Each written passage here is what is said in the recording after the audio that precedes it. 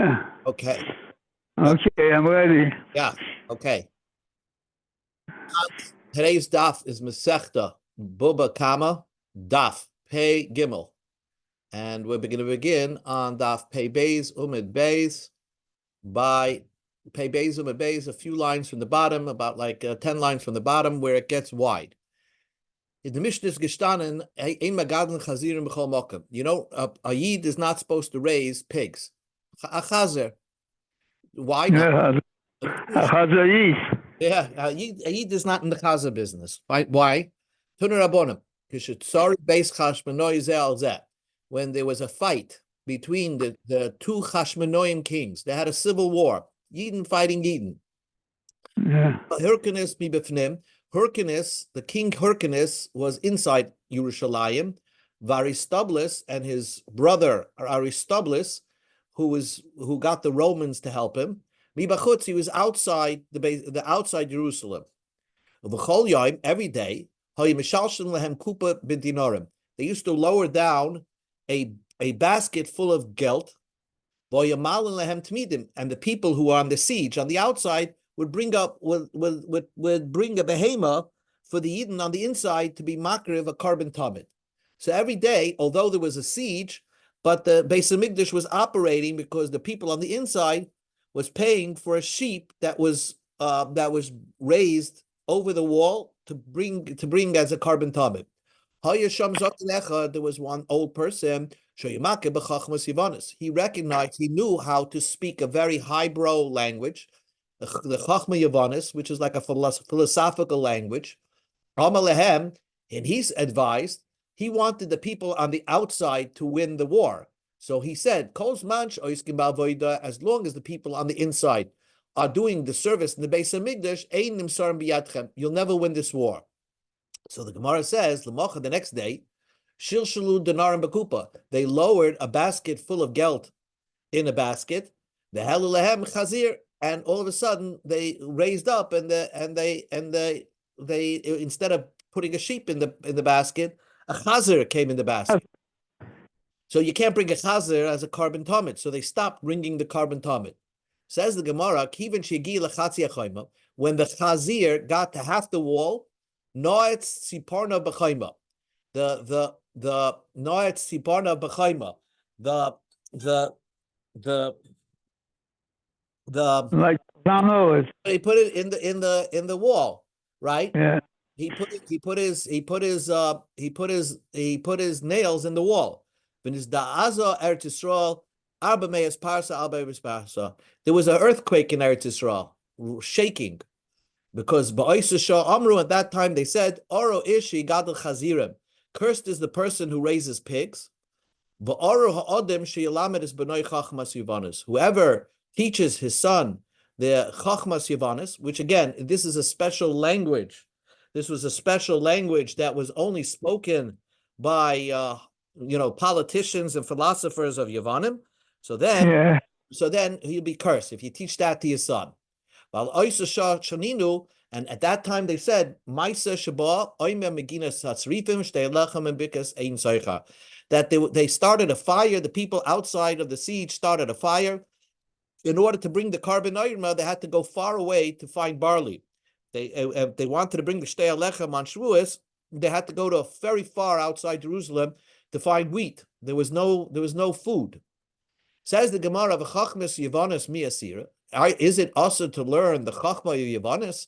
Well, Tanya, we learned in the Brisa. Omer Rebbe said, Be'eretz Yisrael, in Eretz Yisrael, we go to Pei Gimel Lamed Aleph, Lashon Sarsi Lama. Why should you speak the Sarsi language? Sarsi is like yeshivish language, like Aramaic, but not so nice Aramaic, right? Either you speak I Lashon Kodesh, I Lashon Yavanis. Either in Eretz Yisrael, you should speak Lashon Kodesh, Hebrew, or Lashon Yavanis, Greek. So we see that you should speak Greek. Obviously, no Hungarian, but Greek you could speak. Well, Amar Rabbi Yossi, Bava Lashon Arami Lama. Why in Bava should the Jews speak Lashon Arami? I Lashon Kodesh, people should speak Hebrew. I Lashon Parsi or Persian. Persian is a beautiful language. So we see that you can speak Chachmas, something to do with Greece. So why is it also to teach your son Chachmas Yavanis, cursed. Amri, so the Chachamim answered, Lashi Yavani Lechud, Chachmas Yavanis Lechud. The language of the Yavanim is separate. That's one thing. But Chachmas Yavanis, that's in a different type of code language, so to speak, amongst the philosophers. That you don't teach the children. Says the Gemara, because that was only spoken by the aristocrats. And something about that Chachmas Yavana draws people in, and it takes away their hashkaf, the Jewish hashkafa, and gives them treifa, a bad hashkafa. Says the Gemara, "V'chachmas Yavanis miyasira." Is it also to learn Chachmas Yavanis? Rabbi Yehuda Mishmuel, Mishum Reb Shimon ben Gamliel. Rabbi Yehuda, name of Shmuel, the name of Reb Shimon ben Gamliel. Einini oil nafshi mikol b'nais iri. Reb Shimon ben Gamliel said, "I had the tragedies that happened to me by the destruction of the Beis Hamikdash was worse than anybody else. Because Elif Yoladim Hoyi Bebeis Abba, I had 1,000 cousins in my father's side. Chamesh Behem Lamdu Torah, 500 of them were learning Torah. Chamesh Meyas Lamdi Chachmis Yivanis, and 500 of them would learn Chachmis Yivanis. That probably they were advanced. They learned secular studies. They went to college or whatever. We see they learned Chachmis Yivanis. And nobody remained. After the destruction of the Beis Hamikdash, they were all killed out. Elani Khan, I'm here, Ubenachi Abba Ba'asya, and I have another cousin in Asya. So we see from there that the house of Rabbi Gamliel, they would teach their children Chachmas Yavanis. So how could you say Chachmas Yavanis should not be taught to Jewish children? We see in Rabbi Gamliel's house, they used to teach Chachmas Yavanis. And says the Gemara, Amrei Shani Beis Rabbi Gamliel Shayakrev L'Malchus. The house of Rabbi Gamliel was lahavda like the Kennedys in our time. They were very close to the kingdom, and in order for them to associate and have rapport with the people of the Yavanish government, they had to learn Chachmas Yavanis. We learned in a brisa, Hamasaper Kumi. If you take a certain type of secular haircut where you leave the hair growing in the back and you cut the front, so it was like a goyish haircut. You're following the ways of the Amori. And the Torah says, you're not allowed to make after what the Goyim are doing, styles and fashion. But Avtulmis bar Reuven, Avtulmis, the son of Reuven, they permitted this Avtulmis because he needed to have rapport with the higher ups in the Goyish government, and therefore he had to take a certain haircut, this Kumi haircut, because he was very close to the government. And then again, they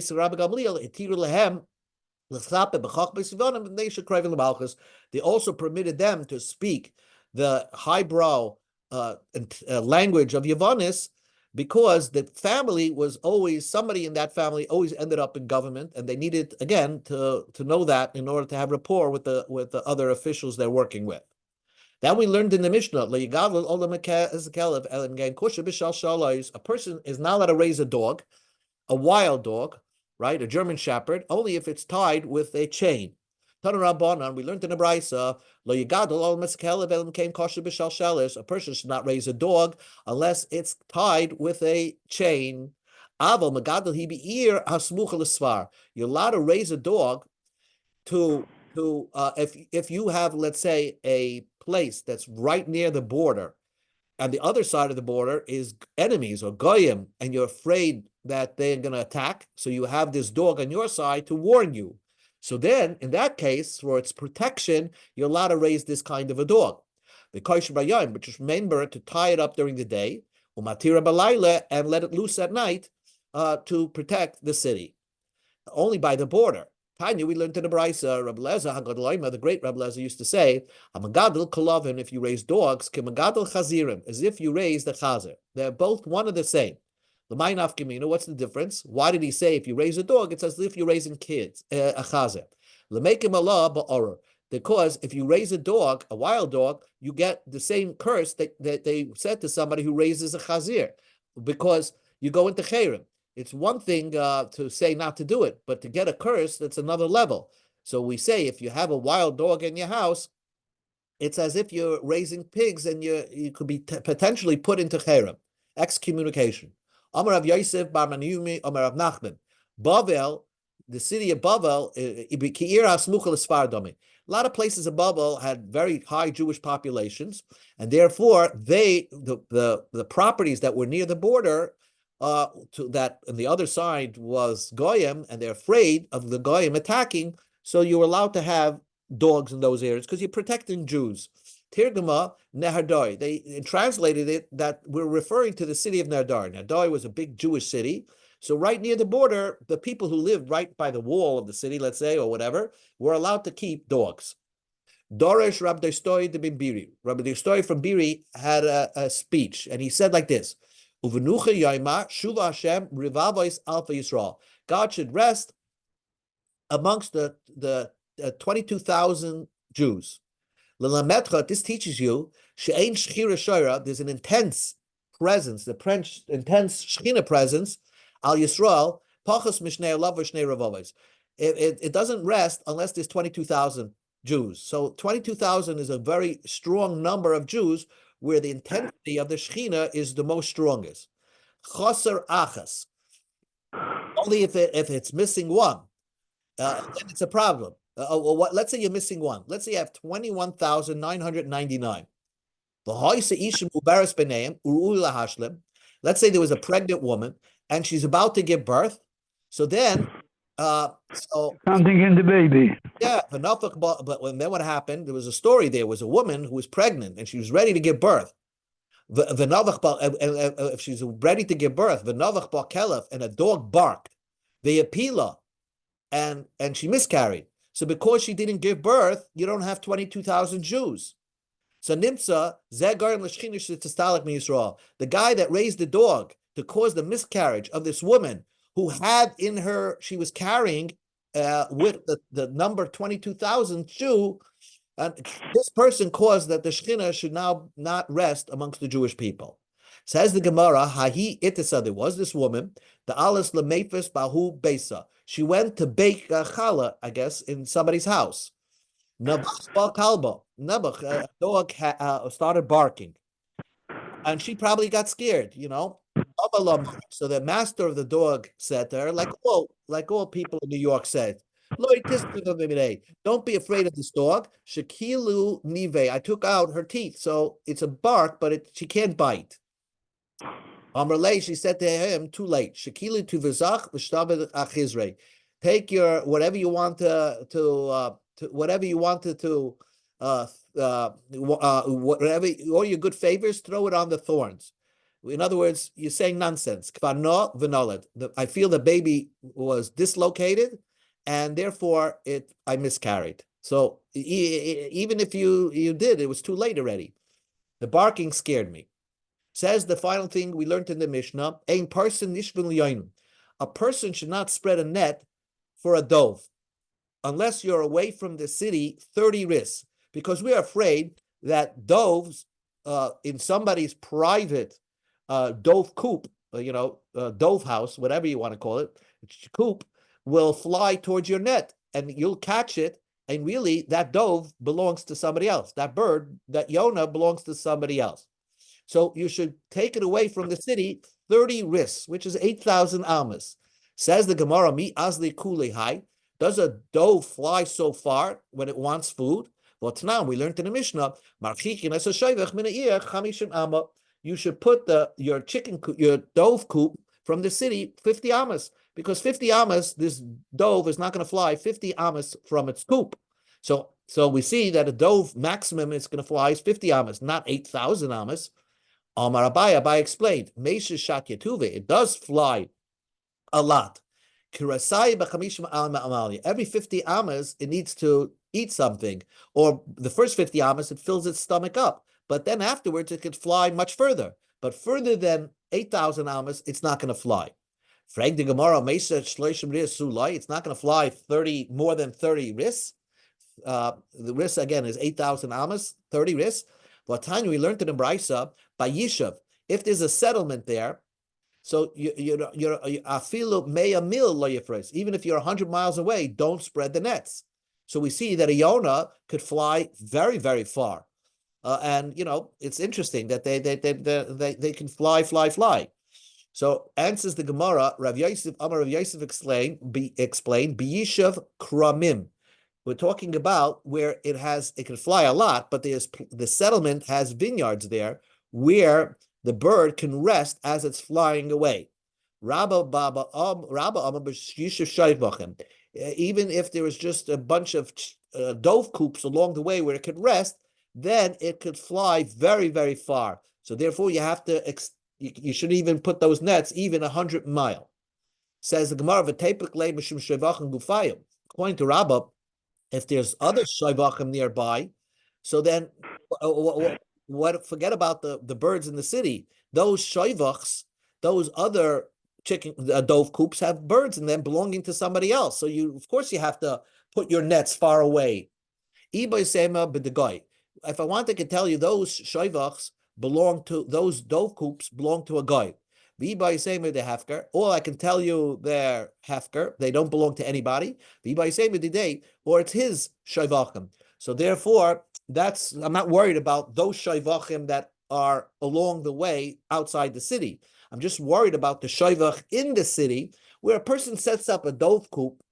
It's all like a midas chasidus, because a person will set up a dove coop hoping that a dove will come on its own, and maybe you'll be kind of it, you'll acquire it, it becomes yours.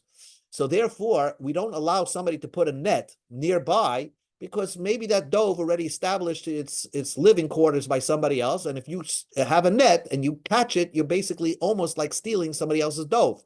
But if you set up your traps of nets outside the city, shloishim ris, and then it's so far away from somebody's private doves, then you wouldn't have a problem of perhaps bordering on stealing somebody else's birds.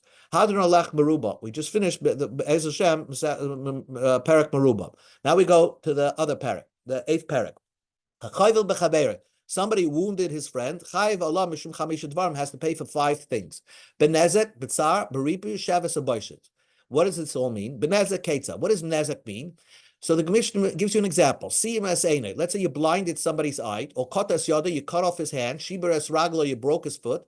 So then, how much the guy doesn't have a foot, hand, or eye? We observe him how much he would sell if he was a Jewish slave, nimka b'shuk. V'shaman, and we do the appraised value. Kamma yafa, how much was he worth with the eye, with the hand, with the foot? The kamu yafa, now how much he's worth without. And that difference is what you pay. So you're paying the value of the hand, foot, or the eye. Tsar, you also have to pay him the pain. If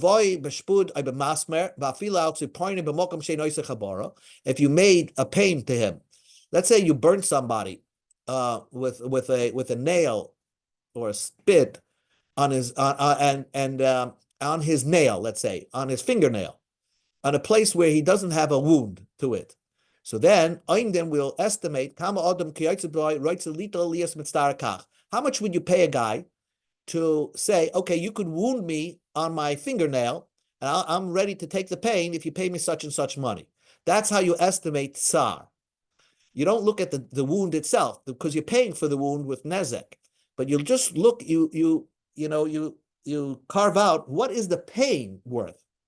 Repay doctor bills. If you wound somebody, you have to pay his doctor bills. All about tzmachim. If he had blisters growing up around the wound, so if those blisters came because of the wound, you have to pay for that. It's just blisters, not because of the wound. Parter, you're not obligated to pay. Let's say you healed the wound and then it reappeared. You healed it and then it reappeared. Then you have to pay for the doctor bills again, because the fact that it reappeared shows that you didn't really heal it. If you healed it completely, then if something else happens, you don't have to heal that, because if you heal the damage that you caused, even though there's a collateral damage, you don't have to pay for that. You don't have to heal that. Only if you healed the wound itself, you don't have to pay for further doctor bills. Sheves, the lost wages. So you have to pay the minimum wage, even though he could be like a high-powered attorney and he pays, he makes $1,000 an hour. No. We see him as if he's worth a watcher of melons. You don't have to pay for a higher price when he's out of work, because you already paid for his hand and foot, so you don't have to pay for that. So just lost minimum wages, that's what you have to pay for while he's healing. Boishis and boishis, embarrassment, hakol lefi hamabayish. It depends who embarrassed him. If it's a simple guy who embarrassed the important guy, so that the important guy is very embarrassed. The hamis bayish, and the one that is getting embarrassed, the one that's getting embarrassed, if he is a simple guy, if he's a important guy, so then his embarrassment is very great. So Mavayish could be a simple guy embarrassing somebody, and Mizbayish could be the important guy. Either way, those are high embarrassment costs, and that's also part of the 5 things that you have to pay if you damage somebody by wounding them. Says the Gemara, and the Gemara asks this great question: Amai, why should I pay for damages via money? The Torah says, ayin, if you knock out somebody's eye, tachas ayin, pay another eye. Amar Achmana. Ema ayin mamish. Let us say that the Torah meant you pay an eye for an eye, literally. Loy sal kedai. You don't say that. You never say that if you knock out somebody's eye, you have to knock out his eye. The Tanya, we learned to the Brisa, Yochel simas einai. I would have thought if you blinded somebody's eye, misamas einai kotes yodei mikate es raglai shibes raglai mishabes raglai, that if you blind somebody, you get blinded back. You cut off somebody's hand, your hand gets cut off. You break his foot, they break your foot. I might think that's the Jewish law. Talmud loima, but the pasuk says mak odem mak behema. If you wound a human, and the Torah juxtaposes this to wounding an animal. Just like when you wound an animal, it's payment. So also when you wound a human being, it's payment. That's the rule. We don't do eye for an eye. Yeah, it's all money. The im nafshach, if you don't like that pasuk, I'll give you another pasuk. We never, somebody who killed somebody, we don't take a bribe and not kill him. We don't take money from him. We make sure that he gets killed. You don't take money from a murderer. But we do take money from for somebody who knocked out somebody's limbs, major limbs that will never grow back. Then we do take money. So the Gemara says, okay, so you know that you told me you had a pasuk that because of this juxtaposition, that's why we don't pay. You only pay money, and you don't take an eye for an eye literally. So the Gemara says, hey Maka, which pasuk juxtaposes wounding an animal to wounding a human being? You're going to say this pasuk, it says wounding an animal, you pay money, and if you hit a person, you die. Now, this hitting a person, you die, is only when you hit your father or mother. So, but here the Torah says kill, you kill. So that clearly says that when you wound a human, which means you wound your father or mother, you get killed. So that's not a juxtaposition between wounding a regular person to wounding an animal. This is the pasuk. If you wound an animal, you pay for the animal. If you kill an animal, you pay for the animal. And the pasuk says right nearby, if you wound your friend, somebody from your nation, whatever was done to him, that should be done to you. So that's just like you wound an animal, you pay money. So also you wound a human being, you pay money. But says the Gemara, Hayla Makahu. It doesn't say Maka, it says Kashite Mum. And by hitting an animal, it says Maka Nefesh. So how do you juxtapose those two? And says the Gemara, Hakah Kamrinim. Both have the same concept. They don't have to be exactly the same words, the same concept. If Maka Nefesh means wounding an animal, and Yiten Mum means wounding a human being. Just like when you wound an animal, you pay. So also when you wound a person, you pay money. Gemara, how do you know you're paying money? I'll bring you another pasuk. There's another pasuk that says, anybody who hits another human being, he should be killed. And says the Gemara, it means, the Torah doesn't mean you be killed, it means money. In other words, you would have thought that Yaka Nefesh Adam Maisumas means not that you killed the person, obviously he only wounded him, but if he chops off his arm, right? So he killed somebody else's arm, so you'll kill his arm. So that's maybe what the pasuk means. You kill somebody else's arm because he killed somebody else's arm. And says Gemara, that means money. That doesn't mean you knock off somebody's arm. How do you know it means money? Maybe you kill his arm, or you kill his Rashi Avarim that he wounded somebody else. And says the Gemara, I cannot have that thought. First, I just told you there's a hekesh that says, just like by animals you pay money, so also by beings you pay money. The Torah says, this yunasi means you're gifting somebody. What is exchange between one hand to another? Money. So if you give a mum to somebody else, so the other person has to give you something that you can put into your hand, which that must mean money. Let's just finish off with half a minute. What does it mean in mafshach laima? If you don't like this pasuk, tuka kasha leilatana. The Tana didn't like this and brought another pasuk.